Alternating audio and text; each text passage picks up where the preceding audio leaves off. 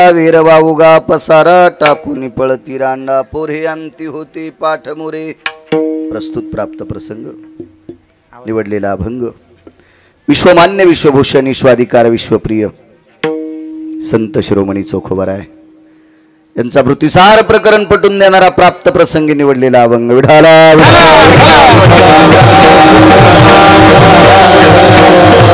प्राप्त प्रसंगी निवडलेला अभंग माझ्या मंगळवेड्याच्या मालकांचा आहे। मालक या अभंगाद्वारे नमूद करतात, ज्या दिवशी आयुष्याची माळ तुटत असते त्या दिवशी सर्व पसारा ठरत असतो। ये रवाऊगा पसारा मानवी जीवनातील सत्सद विवेक बुद्धीने केलेली दोन कामं सोडून दिली तर बाकी सगळा पसारा ठरतो। कोणती दोन कामं? एक ब्रह्मांडाच्या मालकाचं निष्ठेने केलेलं भजन आणि जीवनात तुम्ही कोणावर केलेला परोपकार, मोठ्या श्रद्धेने केलेला परोपकार एक, आणि माझ्या विटेवरच्या मालकाचं केलेलं निष्ठेनं भजन, या दोन गोष्टी जर सोडून दिल्या तर बाकी सगळा पसारा ठरतो। विडाला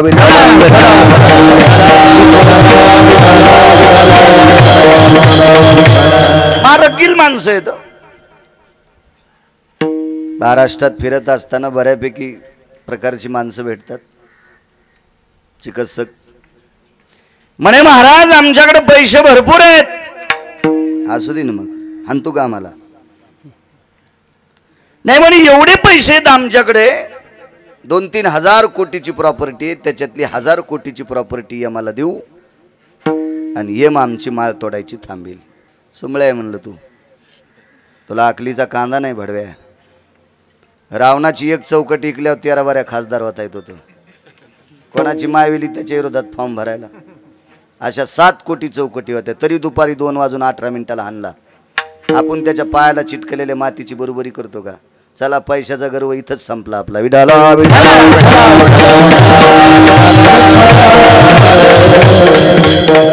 महाराज प्रत्येक जिल्ह्याच्या ठिकाणी बंगला आहे, तरी तुझे पोरं बंगल्याच्या छतावर जाणार नाहीत। ते घर सुद्धा तुझ्यासाठी पसारा ठरेल। काय सुंदरशी बाथरूम केली महाराज, जरी करू दी सुमळ्या तरी पण तुला त्या बाथरूम मध्ये जाळीत नसतात। वास्तु यो अधिष्ठितयम स्नानातर्पणम नैवायाम आभ्रपटलेशी सन्निधानाम स्नानम स्नानम तर्पणयो। किरवयाच्या पलीकड ए धातु पात्राय त्यागेशु, इथं सोन्याचे भांडे असतील, चांदीचे असतील, पितळाचे असतील, स्टीलचे असतील, एकाही पात्राने आंघोळ घालीत नाही। मत्कुंभम स्नानेशु, शेवटची आंघोळ मातुड्याच्या गाडग्यान घालतात। म्हणजे तुझ्या घरातले खंडीभर भांडे आहेत ना, हे सुद्धा पसारा ठरतात, पसारा ठरतात। प्रत्येक गोष्ट पसारा आहे। सज्जनांनो, आप गए दुनिया डूब गई। ज्या दिवशी आपण जातो त्या दिवशी सगळा पसारा ठरतोय।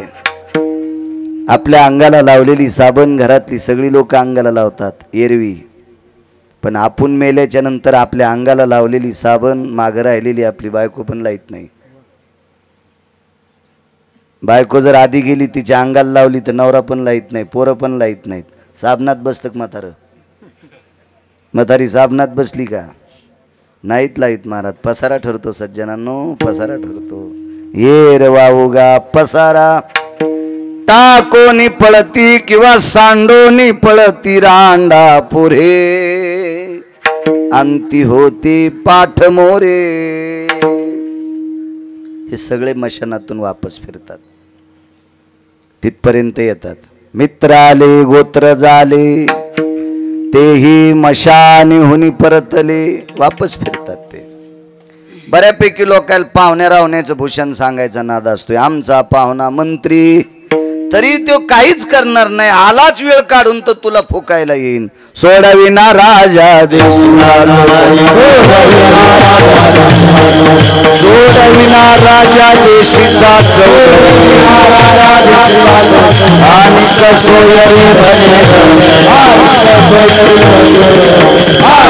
वंग देशात याच देशाच्या लगत असणारा एक देश, त्या देशामध्ये 350 ते 360 तीर्थापैकी एक तीर्थ आहे. त्या तीर्थाचं नाव आहे गंडकी नावाचं तीर्थ.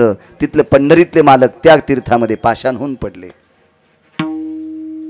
काय बघू शकतो आपण 360 तीर्थ? कुठे एवढं आहे का आपल्याला बघायची हिंमत?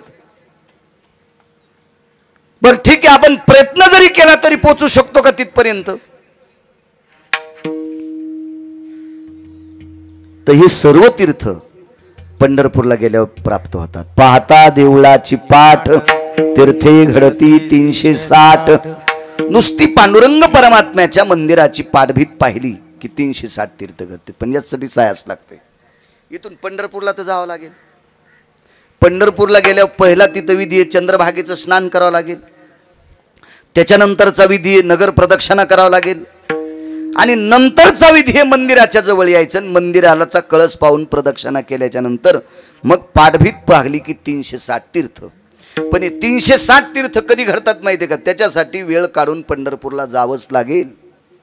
वेळ काढून त्या चंद्रभागेमध्ये जे वातावरण आहे त्या वातावरणामध्ये चंद्रभागेचं स्नान करावं लागेल. पायात बूट चप्पल न घालता रामकृष्ण हरी म्हणत म्हणत खांद्यावर पताका घेऊन नगर प्रदक्षिणा करावा लागेल. मग मंदिराच्या जवळ आल्यावर पाठभीत पाहिल्यावर 360 तीर्थ घडतात. म्हणजे प्रयत्न करावा लागतील का नाही? 1 रुपयाचा प्रयत्न न करता 360 तीर्थ मिळतात. सकल तीर्थाची धुरी जी का जान माता पितरे. आईचं वडिलाचं दर्शन घेतलं रे घेतलं की 360 तीर्थ त्यांच्या पायावर प्राप्त होतात. इतके मोठे आई वडील आहेत, इतके मोठे. आणि त्या आपल्या वडिलांचा आदर म्हणून रामदास आणि परसरामजी मोठ्या श्रद्धेनं पुण्यस्मरण करतात. आणि आपल्या मातोश्रीचं सुदामराव मोठ्या श्रद्धेने श्राद्ध करतात. या तिन्ही सद्भक्तांना धन्यवाद. त्यांच्या कुळामध्ये काही मुली आहेत, काही नातवी आहेत, नातू आहेत. हे सगळा जो काही परिवार आहे त्यांना कोटी कोटी धन्यवाद. सज्जनांनो, आयुष्याची माळ ही तुटत असताना यम हा विचार करत नाही.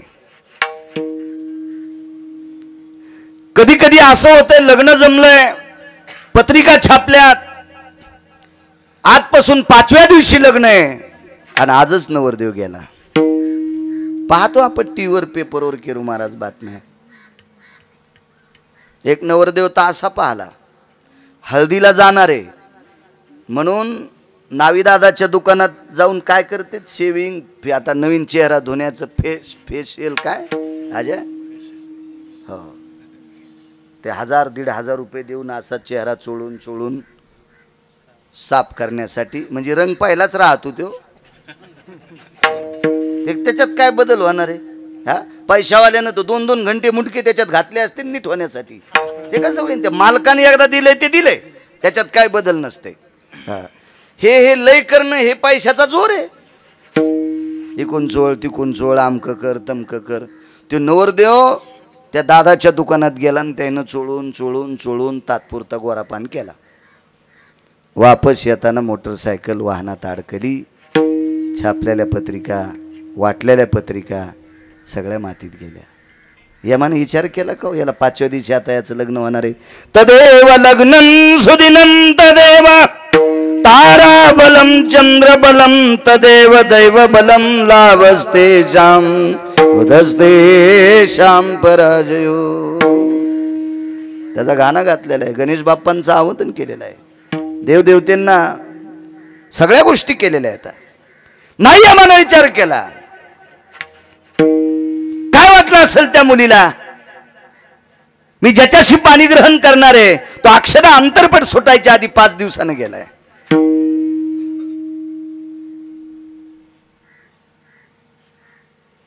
मागे भाऊबीजीच्या वेळेस एक वार्ता पाहिली. बहिणीच्या घरी ओळण्यासाठी भाऊ चालला, उसाच्या ट्रॅक्टरमध्ये गुतला, जाग्यावर गेला. यामाने विचार नाही करायला पाहिजे? त्या बहिणीच्याकडे चाललाय. नाही महाराज, नाही त्या यमाशी करुणा.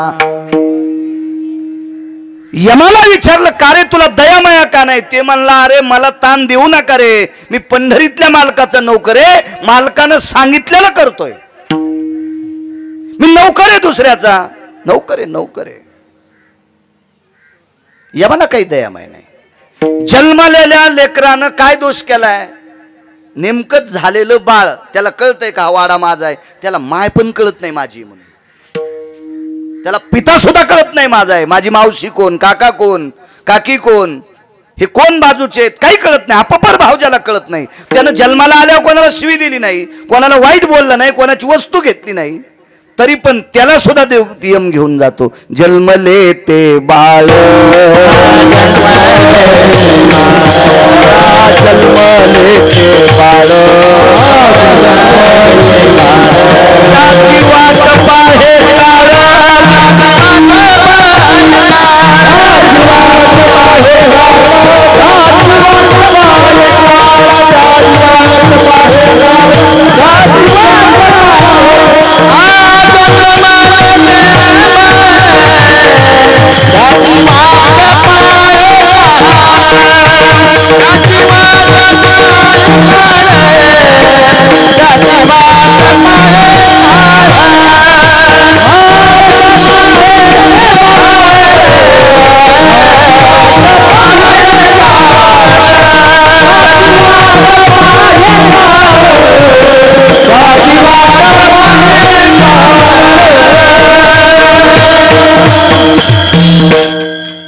नाही विचार करत तो यम.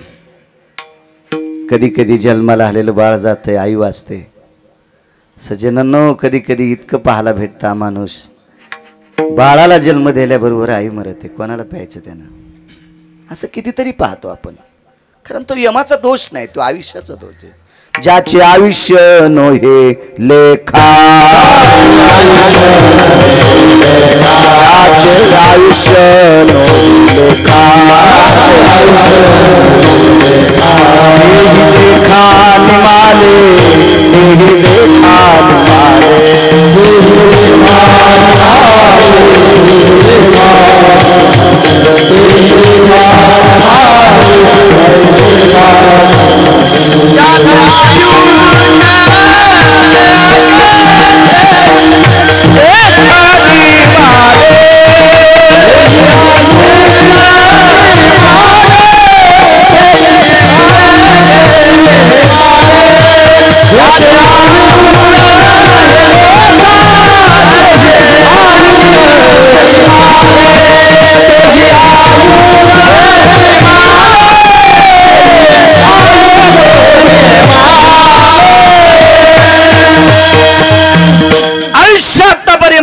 धर्माला लिहिता आलं नाही, ती सुद्धा माणसं गेले. बाग आता लक्षात येईल काही काही लोकांना किती आयुष्य होतं, नाही थांबले ती सुद्धा. का थांबता येत नाही? हे उष्ण आणले. आणले ते उसने साच देणे तयाचा प्रकार, आणले ते उसने साच देणे तयाचा प्रकार, इतराचा पाडकून नेमिले जाण न चुके ते. पैठणचे मालक सांगतात उष्ण आणलं ना, हे द्यावं लागतंय, मोठमोठ्यांना द्यावं लागले. इतराचा पाडकोन नेमिले जाण न चुके ते. मोठमोठ्यांना जावं लागते. तुमची आमची काय कथा आहे? आयुष्याची माळ तुटत असते. किती मोठ्या माणसांची. एका व्यक्तीकडे किरू महाराज, एक व्यक्ती आली, त्या व्यक्तीचं दर्शन घेतलं. सत्पुरुषाय नमो नमः. आणि शक्यतो पाया चांगल्यांच्या पडलं पाहिजे.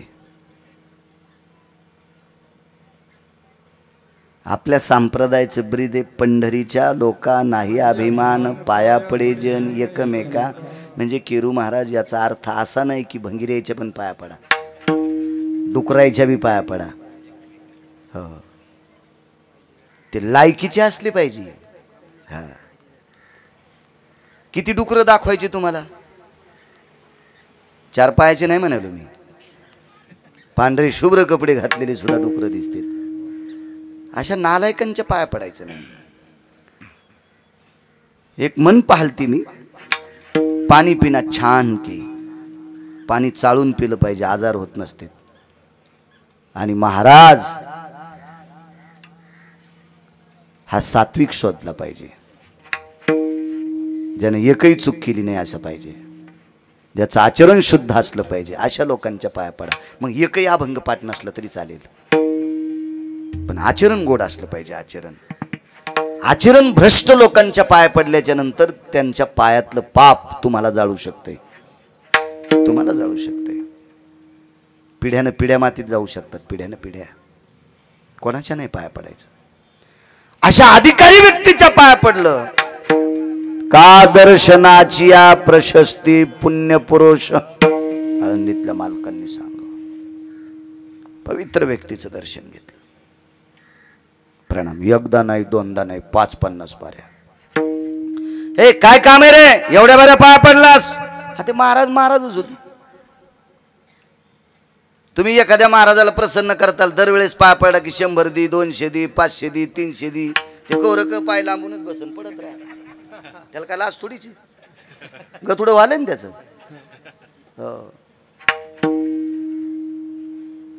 लय तुमचे नख लागले तर बुट घालून बसल. तुमच्यातले 2% असे बी नाकलीत, बुट घातल्या बी पाया पडतात पांचट. महाराज परमार्थाला कलंक. संप्रदायातल्या चुकीचं वागणाऱ्यांनी आणत असतील हे सोडून द्या, पण तुमच्यात पण 2% इतके भडवे येतं की चुकीचं वागणाऱ्यांना तुम्ही डोक्यावर घेता. विठाला विठाला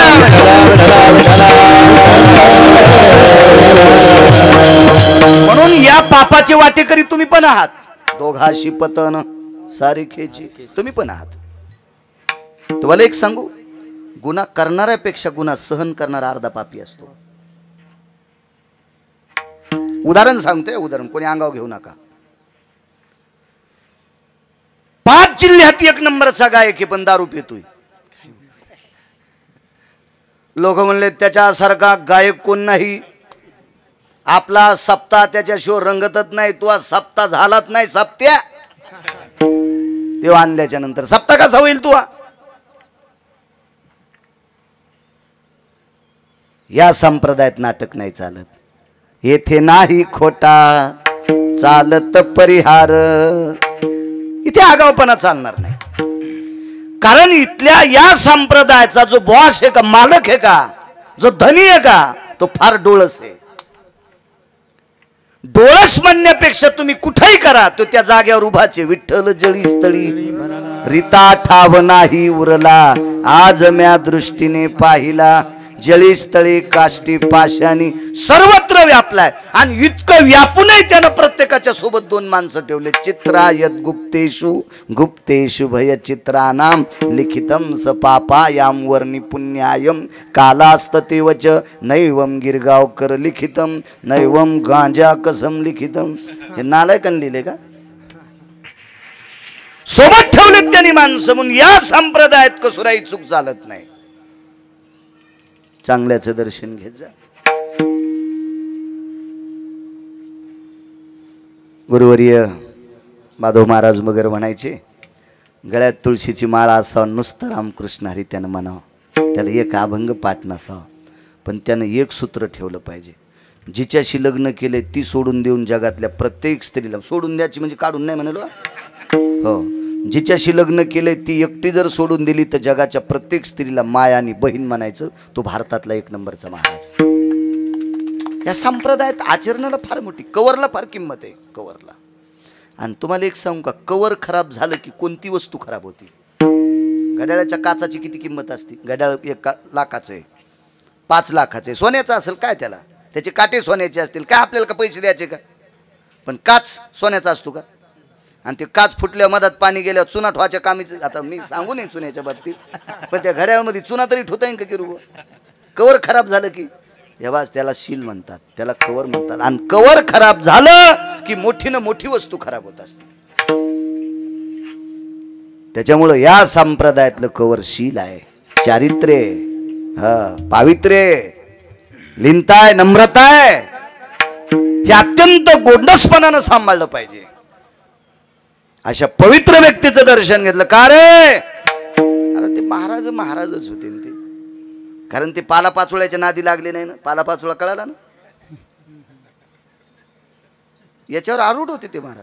हे काय रे, इतक्या वेळा दर्शन घेतलंय, काय काम आहे? गुरुदेव मला स्वर्ग पाहिजे. स्वर्ग मागतो कुठला? तुला स्वर्ग भेटत असतो का? ओढ इथून ओढ. भाषाच महाराज 5 रागीट लोकांपैकी एक. पुराणाच्या भाषेमध्ये त्यांना शीघ्रकोपी म्हणतात. शीघ्रकोपी त्याच्या 5 लोकांपैकी एक शीघ्रकोपी. अधिकारी लोक होते महाराज, यांना देव भेट होता. देव चळचळ कापायचा पंढरपुरातला मालक. इतका अधिकार होता या लोकांचा, एवढा अधिकार होता. कारण वागतच तसे होते ना. का देव भेट होता? हा देवालाच मोठेपणी याच्यामुळे भेटले. कुळीची हे कुळदेवी केली ठावी संतानी, आमुची या भावे तुझ देव पण हे का विसरून राहिलासी. या लोकांमुळे देवाला देव पण, याच्याकरता देव चळचळ कापायचा महाराज. बरं जाऊ द्या त्यांचं. गिरगावचा बाळू 3 जिल्हे ओलांडून जर इथं जेवायला येत असेल तर कृपा कोणाची? ज्ञानोबा आहे तुकोबा राहायचीच नाही. ज्ञानोबा आहे तुकोबा आहे सोडून द्यायला याला कांदे काढायला तरी बलिंग का कोणी? कांद्याचं टोपलं उचलीताना घाम सुटून चौकून कशाला बली ते लोक तुला बाळ्या. मग ज्ञानोबा आहे तुकोबा आहे मुळे आपल्याला किंमत आहे. देवाला असेल नवल नाही. आपल्यालाही 2 टायमाच्या भाकरी त्याच्यामुळेच भेटतात. कोण विचारतो? एखाद्या गावात कीर्तनकार गेला, मृदंगाचार्य गेले, भजनी गेले. खरं तर आपल्याकडे भजने म्हणण्याची पद्धत आहे. आता नवीन पद्धत आली गुणीजन. भजने गेला, पकोद्या गेला, महाराज गेला. जाती विचारली माझी तुम्ही? 2दा आलो तुमच्या गावात, नाही विचारली. पकोद्याची विचारते कोणी? भजनेंची विचारते कोणी? नाही. एकच जात विचारतात, फक्त गळ्यात तुळशीची माळ आहे. कारण वारकरी संप्रदायात कोण्या जातीला चोंबाळलं नाही. हो का उत्तम चांडाळ त्याचे पायी माझे कपाळ, पंढरीचे वारकरी त्यांचे पाय माझे श्री. या संप्रदायात जातील किंमत नाही. या संप्रदायात चांगलं वागण्याला किंमत आहे. विठाला विठाला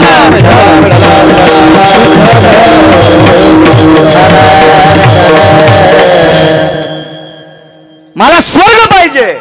तुटला आयुष्याचा दोरा सांगतोय. चलो बाहेर म्हणे. काल परवा आला म्हणे स्वर्ग पाहिजे. पारास ते इतकं आग्रही होतं, एवढं हट्टी होतं, म्हणण्यापेक्षा इतकं प्रयत्नवादी होतं. त्यानं 6 महिने दर्शन घेतलं. 6 महिने. महाराज साधूचं मन पाकळणार का नाही? आणि साधूचं अंतकरणी लोण्यासारखं असते. विस्तवाच्या जवळ नेलं की लोणी वितळतंय, आणि प्रेमानं श्रद्धेनं साधूचं अंतकरण आणि देवाचं अंतकरण वितळत असते. साधूकडे भाव पाहिजे, देवाकडे भाव पाहिजे, श्रद्धा पाहिजे. श्रद्धेनं देव वितळता येतो आणि श्रद्धेनं साधू वितळता येतो. हे पैशाने वितळणारी वस्तू नाही. देव आणि संत हे पैशाने प्राप्त होणारे साधन नाही. हे नाही, हे फक्त श्रद्धेनं प्राप्त होते.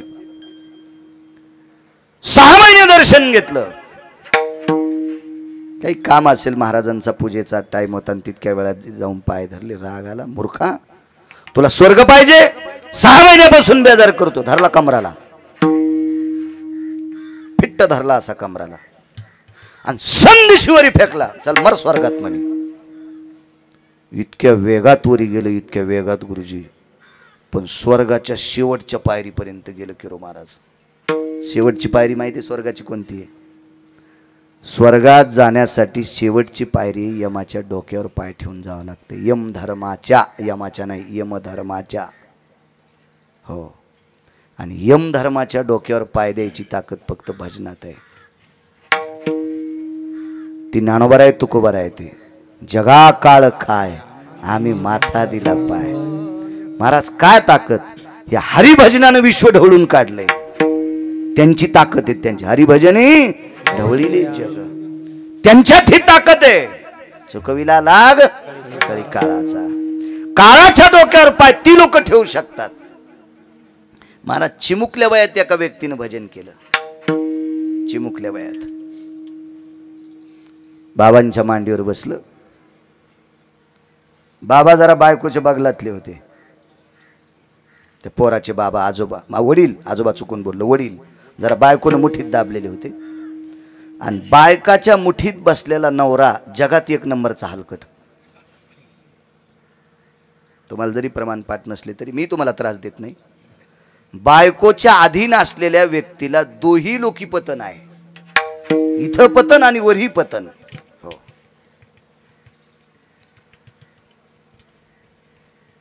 आणि त्या पोराचे वडील बायकोच्या अधीन होते म्हणून नारद भेटायला जात नव्हते. नारदाला पत्र आलतं. हे मला असं मधातली मधात सांगायचं ना दे. कांद्याला पाणी भरता भरता गवत उपटायचा ना, त्याच्यामुळे लांबत नाही. नाही ते इकडे काढायची गरज नव्हती, ते नवऱ्यावर सुटलं. ते काय उतारावून पाणी सुटल्यावर जिकडे वगळ भेटन तिकडे पळत राहतं, त्याला काय ताण. खिशात लय मोठे पैसे असल्यावर बाजार करायला भीतीच नसती. विठाला विठाला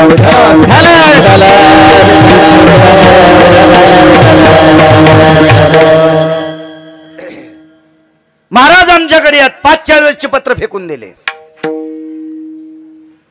शेवटी पत्र लिहिता लिहिता डोळ्यातलं पाणी पडलं आणि ते अक्षर मोडत होती. ते मोडक्या अक्षराचं पत्र आलं. नारदाच्या लक्षात आलं आता सीमा झाली, आपल्याला जावं लागते. देवर्षी नारद म्हणजे भजनातलं 2 नंबरचं व्यक्तिमत्व, भजनातलं 1 नंबरचं व्यक्तिमत्व भगवान शिवशंकर, भजनातलं 2 नंबरचं व्यक्तिमत्व नारद, भजनातलं 3 नंबरचं व्यक्तिमत्व तुंबर.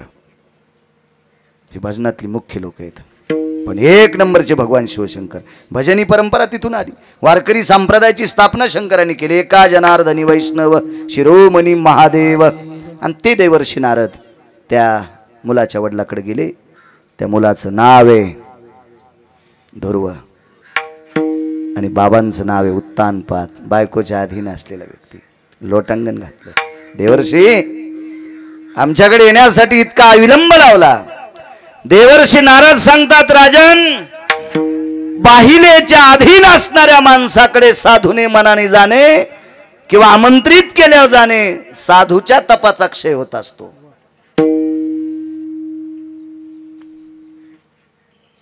राजाच्या लक्षात आला पण चुकतोय. राजा, तुम्ही दिव्य मुलाला मांडीवून ढकलून दिले पत्नीचं ऐकून. काय भजन केलं महाराज त्या मुलानं. नारदांसारखे सद्गुरू सापडले मधु नावाच्या अरण्यात. ध्रुवानी भजन केलं, विश्वाचा बाप जिंकला. राज्य केलं 36,000 वर्ष. नंतर वैकुंठाला निघाले आणि ध्रुवाचं विमान ज्यावेळेला वैकुंठाच्या शेवटच्या पायरीपर्यंत आलं, विमानातून खाली उतरले आणि यमधर्माने पूजा केली. यमधर्माने. अगोदरचं राहिलं बरं, नंतर सांगतो तुटला आयुष्याचा तोरा. स्वर्गाची शेवटची पायरी कोणती याच्यावर सांगतोय. यमधर्माने पूजा केली आणि पूजा आटपल्याच्या नंतर ध्रुवांचं दर्शन घेतलं आणि यमधर्मानाशी मानवा केली.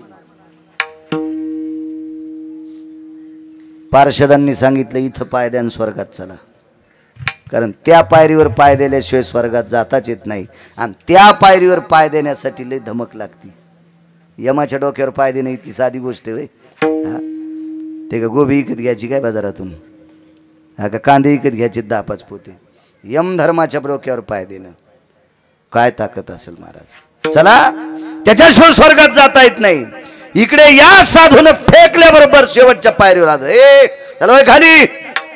त्यानं सांगितलं, महाराजांना कोणी पाठवू दे, तुझी लायकी नाही स्वर्गात येण्याची. खाली सरकलं. बरं, खाली सरका होता. आकाशाच्या पोकळीला सांगितलं, लक्षात ठेव, याला खाली जर पाठवलं तर माझ्याची गाठ आहे. फेकलं होतं अधिकारी माणसानं. कोणी फेकलं होतं माहिती आहे? जगातला 1 नंबरचा तपस्वी. 1 नंबरचा. त्याच्यासारखी तपश्चर्या कोणाची मोठी नाही. एवढा मोठा महात्मा. त्या महात्म्याचं नाव आहे मुनिश्री विश्वामित्र. 1 नंबरचा. विश्वामित्रासारखं तपश्चर्या कोणीच केली नाही. तितकी खतर कोणीच नाही. आणि विश्वामित्र क्षत्रिय होते. विश्वामित्राला महर्षी वशिष्ठ दरदर करायचे. पंढरीतल्या मालकाचे 7व्या अवतारातले गुरुवर्य, मर्यादा पुरुषोत्तम प्रभू रामचंद्राचे गुरुवर्य महर्षी वशिष्ठ दर दर दर दर दर दर हालत होते. इतका दरारा होता विश्वामित्रांचा. विश्वामित्र एके दिवशी संध्याकाळीच रागाच्या भरात मत वशिष्ठाला मारण्यासाठी निघाले. हातात परशुच घातला. मारायचंच म्हणे आज संध्याकाळी माथार. पर्णकुटीच्या बाहेर असे बसले 2 जण, एकटे जण कुऱ्हाड घेऊन. अशी परशी कुऱ्हाड होती. आणि महर्षी वशिष्ठ आणि त्यांच्या धर्मपत्नी आश्रमात आहेत. खरं तर झोपायला पाहिजे होतं पण जागेच होते. गप्पा छप्पा चालू होत्या. विश्वामित्राच्या लक्षात आलं, झोपी गेल्यावर आपण झोपीत मारू, उद्याची टकटकच संपून टाकू. पण काय महात्म्याची पत्नी होती. वशिष्ठांच्या धर्मपत्नीने विचारलं, प्रभू, स्वामी, मालक, प्राणनाथा, काय शब्द येतो गोड. असं जर बायका नवऱ्याला बोलल्या तर 4-4 वर्ष नवरे जास्त जगतील. प्राणनाथा, स्वामी, धनी, मालक. धनी तर एकही बाई म्हणी नव्हती. ज्या जिबीला येडिंग झाली का काय झाली काय माहिती. तुळशीला पाणी घालत्यान, महादेवाला बेल वाहत्यान, पांडुरंगाला मंजुळा वाहत्यान आणि नवऱ्याला धनी म्हणत नाहीत. कीर्तनाला दम नाही, भागवताला दम नाही, रामायणाला दम नाही, शिवपुराणाला दम नाही, आणि तुम्हाला गुण नाही. काय नाही, महाराज बलीनं खपक्या पाकिट देणं, त्याला श्रीमंत करणं. आपण असेच झाडावरले पाखरं, या झाडावरून त्या झाडावर, त्या झाडावरून या झाडावर. सोयाबीनवरच्या आळ्या खाय, कशावरल्या आळ्या खाय, आमच्यावरल्या फुलावरल्या आळ्या खाय. हीच आपली अवस्था. प्राणनाथा काय ग, एक विचारू, पृथ्वीवर जेवढे देश आहेत त्या सर्व देशातला तपस्वी कोण? या पृथ्वीवर जेवढे देश आहेत त्या सर्व देशातला तपस्वी कोण? एक सात्विक पत्नी आपल्या सदाचारी पुण्यशील पतीला विचारते. तोंडातून वाक्य काय पडलं? रे, या जगातला एक नंबरचा तपस्वी महर्षी विश्वामित्र आहेत. मारायला आलेला साधू महाराज हातातल्या फरशीचं पाणी झालं, पाणी उजव्या हातावर घेतलं आणि तितक्या रात्री मध्यरात्री संकल्प सोडला, आपण ब्रह्मऋषी होताल. आणि महर्षी वशिष्ठांचा आशीर्वाद, महर्षी विश्वामित्रांचा आशीर्वाद, वशिष्ठ ब्रह्मऋषी झाले. ब्रह्मर्षी झाले. आणि वशिष्ठाच्या डोळ्यातलं पाणी हातात घेऊन वशिष्ठांनी आशीर्वाद दिला, आपण राजर्षी होताल. पण विश्वातले राजऋषी कोण आहेत? तर विश्वामित्र, जगातला एक नंबरचा तपस्वी. आणि अशा तपस्व्यांनी एका माणसाला वरी फेकलं स्वर्गात जाण्यासाठी, पण यम धर्माची पायरी वरी जाऊ देत नव्हते. हल तू मध्ये येण्याच्या लायकीचं नाही. ते तिथून बोंबललं, महाराज मला वरी येऊ देत नाहीत, थांब, दुसरा स्वर्ग तयार करतो. एकाची शाटीत पिन्नली, एके सृष्टीवरी सृष्टी केली, दुसरा स्वर्ग आणि दुसरी सृष्टी तयार केली. काय ताकद असेल महाराज लोकांची, काय अधिकार असेल या लोकांचा, दुसरा स्वर्ग तयार करायची ताकद. पण लक्षात ठेवा, आता आहेत काय लोक, याही लोकांना इथं थांबता आलं नाही. म्हणून मालक, मंगळवेढ्याचे मालक पहिल्या कडव्यात म्हणतात,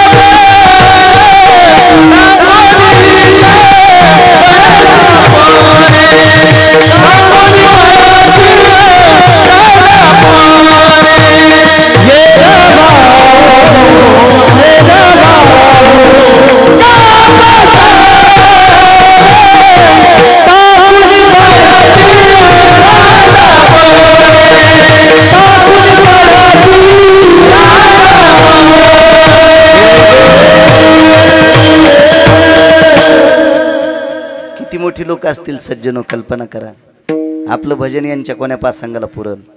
आपण केलेली साधना, आपण केलेले हे परमार्थातले जे बिंब किती किती पुरतील त्यांच्याकरता? किती टोकाची लोक आहेत महाराज, काय अधिकार या लोकांचा? या लोकांना सुद्धा यह लोकात थांबता आलं नाही, मृत्यू लोकात त्यांना जावं लागलं, त्यांच्या सुद्धा आयुष्याची माळ तुटली. तुमची आमची तुटेल काय नवलाची गोष्ट आहे. स्वर्गीय गोविंद बापूंची तुटली, स्वर्गीय सौभाग्यवती सुशीला माईंची तुटली. महाराज, हा निसर्गाचा नियम आहे, नाही थांबता येत या लोकांमध्ये. या लोकाला मृत्यूलोक म्हणतात. वेळ संपल्याच्या नंतर जावं लागते. बरोबर वेळेत कीर्तन सोडेन, 1 मिनिट भर अलीकडे सोडणार नाही, 1 मिनिट भर पुढे जाणार नाही. ताण घेऊ नका, वेळेत सुरू झालंय. किती मोठ्या लोकांना जावं लागतंय. एक जण म्हणे, महाराज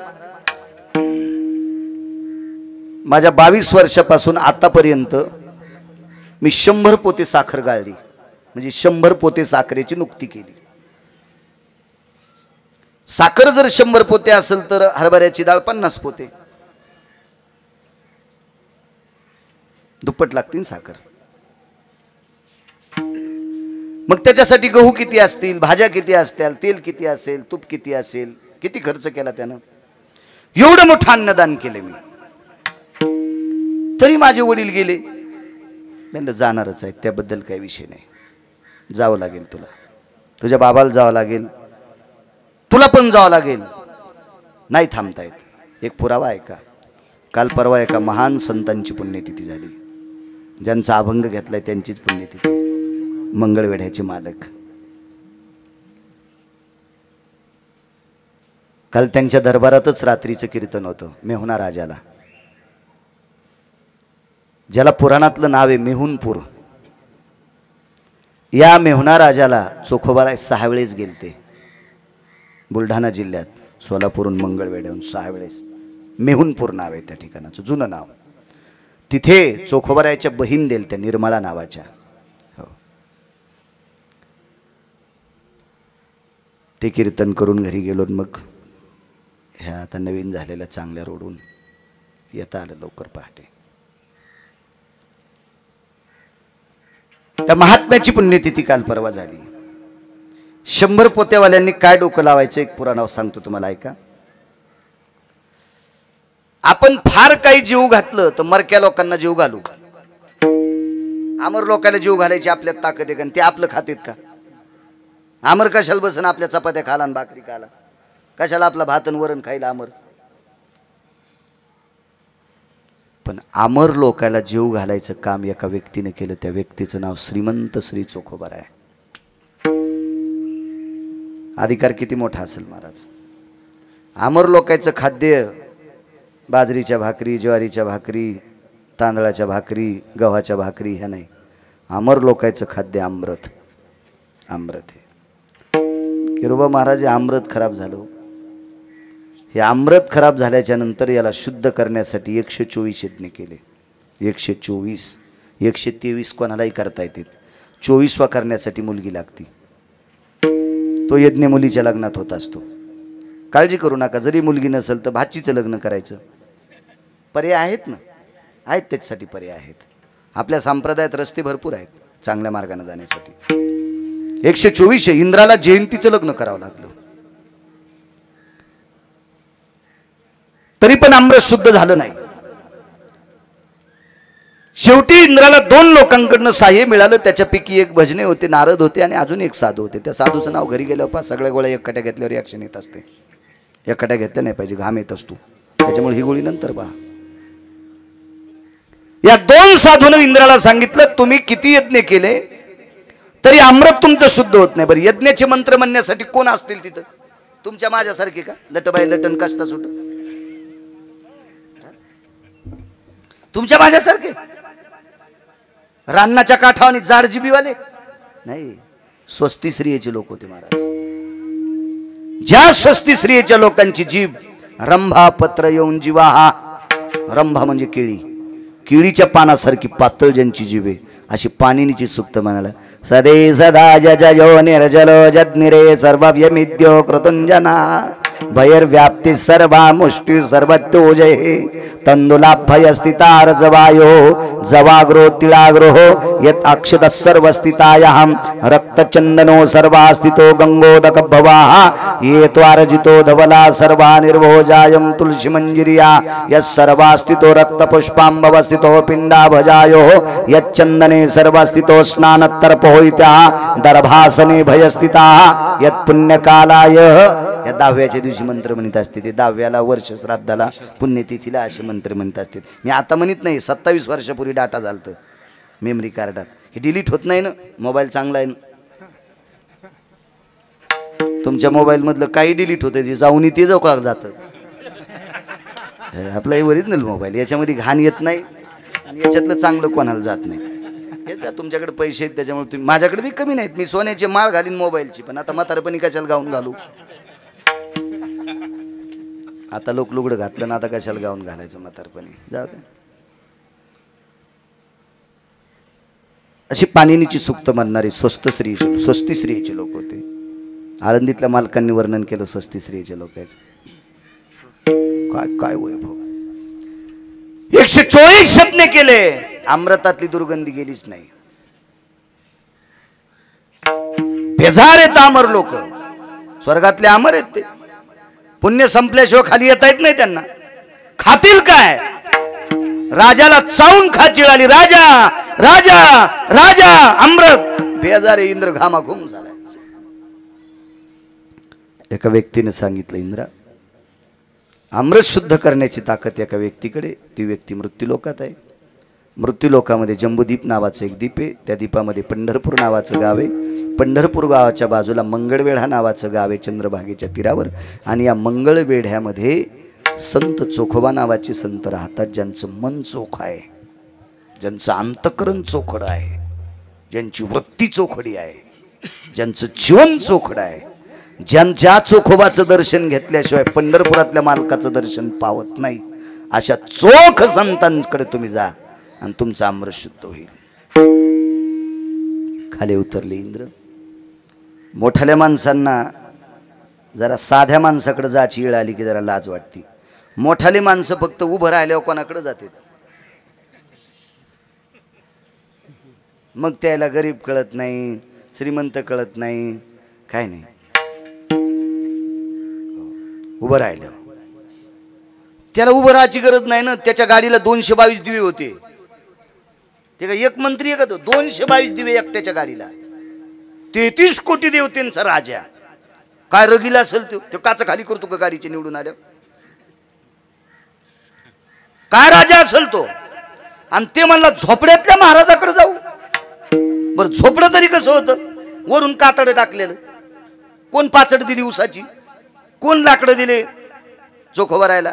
मेलेल्या जनावराचं चांबडवरी टाकलेलं. आणि अशा महाराजाकडे गेले अमृत शुद्ध होत असते. महाराज मोठ्या गाडीत आलाय का पाय पाय आलाय हे बघण्यापेक्षा त्याचं आचरण बघायचं असते. मोठ्या गाडीत तर चोर फिरत आहेत, काय विषय त्याला? ते काही गोड असते तास थोडंच असते, काय नसते. कोणाला मोठ्याल्या गाड्या येतात. आचरणाला किंमत आहे. झोपड्यात राहतो त्याबद्दल काय नाही. गेले तिथं प्रणाम केला. केला नाही प्रणाम, मी सांगतोय. लिंबाच्या झाडावर बसला, अमृत शुद्ध झालं, निघून गेला. महाराज तुम्ही आम्ही पंक्ती करून मरक्या लोकांना जीव घालू इथपर्यंत ठीक आहे. आज पंगत असेल, कार्यक्रम झाल्यावर लोक जेवतील महाराज, पण प्रसाद सुद्धा हो. आता एकादशी असल्यामुळे आमचं अगोदरच बोलणं झालं. महाराज एकादशीचं श्राद्ध आहे आणि फराळाचं करावं लागेल. आता तेही वारकरी आहेत, त्यांना काय सांगायची गरज आहे. ते म्हणले काय हरकत नाही, तशी व्यवस्था करू आम्ही. पण फराळ जरी असेल तर कोणाला आहे? मरक्यालाच नाही. या दोन्हीच्या पुण्यस्मरणाचा आज फराळ करून आपण वाचणार आहेत का? आपलं एके दिवशी बटन दाबणारच आहे. म्हणजे या दोन्ही यजमानांना रामदासजी परसरामजी असतील आणि सुदामराव असतील, यांनी आजच्या या हरिदिनीच्या दिवशी पुण्यस्मरणाच्या निमित्तानं एकादशीचा फलाहार जरी आपल्याला केला असेल तर ज्यांच्या निमित्तानं केलाय ते तर गेलेतच, पण जे खाणार आहेत गिरगावचा बाळ्या पण जाणार. आपण थांबू शकतो का? नाही. म्हणजे आपण मरके माणसं आहेत. मरक्यांना मरके जीव घालतील याबद्दल नुमत नाही, पण आमरांना जीव घातले महाराज. आमरांना जे मरत नाहीत त्यांना जेवायची व्यवस्था केली चोखोबारायनं. अमर लोकांना, स्वर्गातले अमर लोक आहेत, त्यांना जर जीव कोणी घातला असेल तर या महाराष्ट्राच्या मातीमध्ये, या पवित्र भारत देशातल्या वारकरी संप्रदायातल्या एका पवित्र साधूने चोखोबाराय. काय ताकद चोखोबारायांची! अहो चोखोबारायांनी एवढं भजन केलं, एवढं भजन केलं, एवढं भजन केलं. चोखोबाराय गेल्याच्या नंतर त्यांचं पार्थिव लाकडात समर्पित केल्याच्या नंतर अग्नीत समर्पित केलं. भडाग्नी नावाचा अग्नी म्हणतात. या अग्नीत समर्पित केलं आणि आस्ती संचय करत असताना आस्ती विठ्ठल विठ्ठल म्हणत होत्या. जर नामदेवराय नसते ना किरोबा महाराज तर चोखोबारायच्या आस्ती विठ्ठल म्हणते ते कळालं नसतं. नामदेवरायची कृपा आहे. आज आपण ऐकतोय आपण. ज्ञानोबारायांच्या समाधीला कान लावल्यावर रामकृष्ण हरी आवाज येतो, पण कान कोणाची लागते? तुमचे आमचे कान. आपण समाधी जीव जरी सोडला तर आपल्या कानातून रामकृष्ण हरी ऐकू येईल का? कारण आपल्या कानात काय काय गरज आहे हे यमाला पण माहित नाही. हो, मोबाईल मधलं काय काय ऐकले आपण, यम सुद्धा असं हाय हाय करीत असेल, यमाला सुद्धा कळणार नाही काय गर्दा भरलाय आपल्या कानात. आणि इतकं गढूळ ज्या कानात भरले त्याला समाधीतून आवाज येत असतो का महाराज? त्याच्यासाठी हैबत बाबा व्हावं लागेल, हैबत बाबा व्हावं लागेल, त्यावेळेला त्या समाधीतून आवाज येईल. चोखोबारायचं ज्या वेळेला अंत्यविधी झाला, 450 मिस्त्री एका रांगेनं फुकून देल. ते इतक्या लोकांतल्या अस्थी चोखोबारायच्यात निवडून आणल्या. विटेवरच्या मालकानं विचारलं, नामा अस्थी? हो म्हणले. नामदेवे अस्थी आणल्या पारखोनी, घेत चक्र पाणी पितांबरे. पारखून आणल्या म्हणजे ओळखून आणल्या, ओळखून आणल्या म्हणजे चोखोबारायच्या आहेत ह्यात निश्चित करून आणल्या. कशा आणल्या तर विठ्ठल विठ्ठल म्हणत होत्या. महाराज ते कान नामदेवरायचे होते, नामदेवरायलाच कळत होतं ह्या असती विठ्ठल म्हणतात. बाकी तुमच्या माझ्यासारख्या भंगिऱ्यानं कानाला लावल्या असती कशा? कारण ती चोखोबारायचं शरीर आहे. कोणाच्या कानात कसं विठ्ठल म्हणे? नालायकांच्या. नामदेवराय महाराज गेल्याच्या नंतर असती विठ्ठल म्हणतात. काय ताकद महाराज. झालेला मुलगा किती अधिकारी, झाल्या झाल्या विठ्ठल म्हणत होता, झाल्या झाल्या विठ्ठल म्हणत होता. उपजताची कर्म मेळा आणि वाचे विठ्ठल सावळा. झाल्या झाल्या विठ्ठल विठ्ठल म्हणायचं. म्हणतात का आपण झाल्या झाल्या तर ओरडतच आलो बोंबलत बाहेर, आरडत ओरडत आलो. आपण बोंबलत आलो तर झाल्यावर घरचे हसू लागले.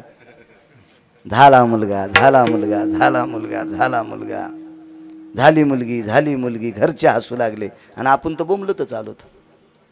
झाल्या झाल्या विठ्ठल. काय मुलगा असेल, काय पत्नी असेल चोखोबारायची, काय पत्नी असेल. महाराज ज्या बाईच्या साड्या धुण्यासाठी 27 दिवस पंढरपुरातला मालक बाई होती. 15 लाख रुपये दिले तरी तुमच्या तालुक्यातला महिनाभर कोणी लुगडं नेसणार नाही. कसा नेसल? नाही नेसणार, नाही नेसणार. पण जगाचा बाप 27 दिवस लुगडं नेसला. ती बाई किती अधिकारी असेल, बाईचा सासरा किती अधिकारी असेल माहिती आहे. एक जण मंदिरात गेलं देवीच्या पाया पडायला, देवीच्या पुजाऱ्यानं त्याला पेढा दिला, पेढा दिला, पेढा. तो माणूस इतका खुश झाला, मला देवीच्या पायावरचा पेढा भेटला, मला देवीच्या पायावरला पेढा भेटला, देवीच्या पायावरला पेढा भेटला. खुश झाला. आम्ही एका मंदिरात गेलो किरोबा महाराज. त्या मंदिरात गेल्याबरोबर अशा पेट्या ठेवलेल्या होत्या. मला माहित होतं पेटीत टाकल्यावर आपल्याला कोण नाही विचारित. मी देवा पुढच्या ताटात 500ची नोट टाकली. मला 5-6 पेढे आले. आमच्या सोबतचा म्हणला मी 1100 टाकले पण मला कोण नाही दिले. म्हणलं तो पेटीत टाकलेस ना रे, तुला कसे भेटते? त्या ताटात टाकायला पाहिजे मग भेटत असतील पेढे. बुवा इतके पेढे.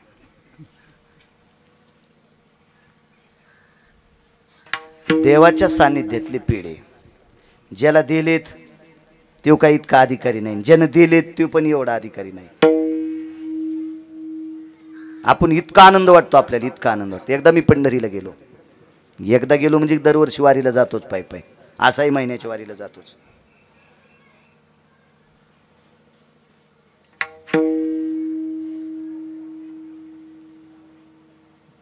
मालकाचं दर्शन घेतल्याबरोबर मालकाच्या बाजूला वारकरी होते. 2 गळ्यात तुळशीच्या माळा, शर्ट काढलेलं, धोत्र घातलेलं असं वारकरी होता देवाच्या बाजूला उभा.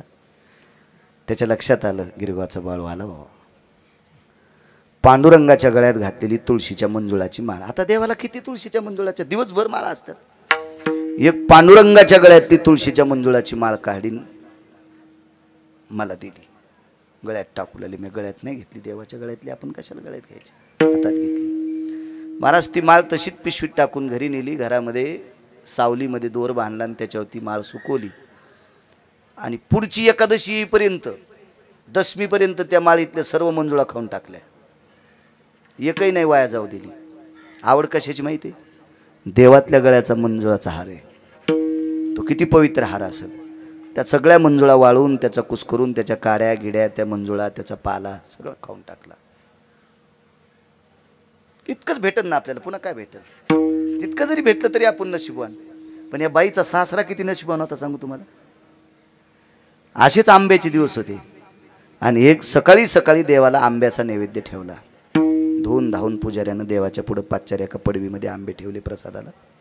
त्याच्यातला एक आंबा पंढरपुरातले मालक खाली वाकले, आंबा घेतला, आंबा माचला आणि अर्धा आंबा चोखला पंढरीतल्या मालकानं, आणि चोखलेला आंबा तसाच पितांबराच्या घोळात ठेवला आणि पुजाऱ्याच्या हातात द्यायला आणि सांगितलं, हा रानोबा नावाच्या वारकऱ्याला देऊन टाक. रानोबा वारकरी म्हणजे सोयराबाईचे सासरे, चोखोबारायचे वडील. आंबा देऊन टाका. बाहेर उभे होते पायरीच्या बाहेर. तुमच्या माझ्यासारखे पापी त्यामध्ये येऊ देत नव्हते ना एवढ्या मोठ्या वारकऱ्याला. म्हणून वारकरी संप्रदायात जातीचा संबंध नाही. इथं फक्त ही जात पाहिजे, कोणती? वारकऱ्याची. बाकीच्या जातीला इथं कोणी चोंबाळलं नाही. ते तुया घरी चलू दे. इथं फक्त वारकरी असला पाहिजे, बघ काही संबंध नाही. अहो सज्जन नावाचा खाटीक मुसलमान होता. कबीर मोमिन लतीफा मुसलमान, शेना नावी जान विष्णुदास. आपल्याकडे चांगलं वागणाऱ्याला किंमत आहे. उत्तम कुळी जन्मन क्रियामंगळ. स्वतःला म्हणून तुम्ही उत्तम कुळात जन्मलो आणि क्रियामंगळ करायला अख्खं कुळ मातीत घातलं असतो. सोमळ्या बुडविले कुळ उभा येता. चांगलं वागण्याला किंमत आहे. तो आंबा दिला. पुजाऱ्यानं सांगितलं, रानोबा जी माय बाप. जी शब्द येत होता, जी शब्द, जी माय बाप. बाप हा शब्द जर महाराष्ट्रात, भारत देशात सर्वात अगोदर देवाला पदवी कोणी दिली असेल तर चोखोबाराने दिली. जयासाठी तप धावा तो हा उघडाची पाहावा. जयासाठी यज्ञ तप तो हा रे मदनाचा बाप. अगोदर शब्द बाप हा शब्द अत्यंत. मग नंतर बऱ्यापैकी शब्द आले बाप, बऱ्यापैकी संतांच्या. पण पहिला शब्द चोखोबारायचा. मी सांगतो म्हणून ऐकायचं नाही. गुरुवरे वक्ते बाबा म्हणायचे, गुरुवरे माधव महाराज मगर म्हणायचे, गुरुवरे ज्ञानसूर्य रंगनाथ गुरुजी परभणीकर म्हणायचे. कारण वाक्य कधी बी भंगिऱ्यांचं सांगायचं नाही. चांगल्याच्या सानिध्यात राहिलं पाहिजे. चांगल्याच्या, आपण जर कुत्रा असलो तरी चांगल्याच्या सानिध्यात राहायचं. देशोदेशी धाक जयाच्या उत्तरी, देशोदेशी धाक जयाच्या उत्तरी. जयाचे कुतरी परी भले,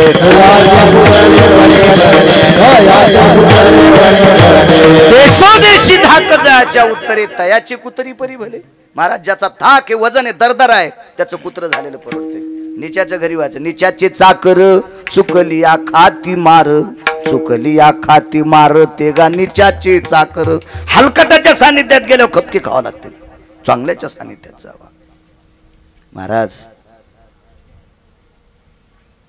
तो आंबा दिला. ए रानोबा जी माय बाप, जी जी. काय भाषा होती महाराज. ज्वार माय बाप ज्वार मी काया पुरीचा. ज्वार माय बाप ज्वार मी काया पुरीचा. काय लिंता असलो महाराज. एवढी नम्रता होती म्हणून आस्ती विठ्ठल विठ्ठल म्हणत होत्या.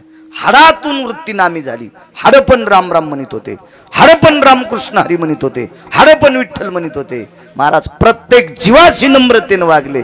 ज्वार माय बाप ज्वार मी काया पुरीचा. ज्वार माय बाप ज्वार मी काया पुरीचा. हयात माय बाप हयात मी काया पुरीचा. हयात माय बाप हयात मी काया पुरीचा. बापाला करायचं नाही पोट्ट. ज्या बापाने याच्यासाठी याच्या त्याच्या मुंढ्या पिरगाळून संपत्ती कमविली, ते हरामखोर सुद्धा बापाला हयात घालायचं नाही, बापाला जोहार घालायचं नाही. इतकी हलकट अवलादी. महाराज ज्याला कवडीची अक्कल नाही ते जरी दिसला, जोहार माय बाप जोहार मी काया पुरीचा. जोहार माय बाप जोहार मी काया पुरीचा. हयात जी माय बाप, हयात जी माय बाप, हयात जी माय बाप, हयात जी माय बाप. सामान्य ताकद आहे महाराज. देवाना आंबा द्यावा आणि त्या कुळातल्या लोकांनी सामान्यांना हयात घालावी ती चोखोबर आहे होती. राणोबा महार आंबा दिला.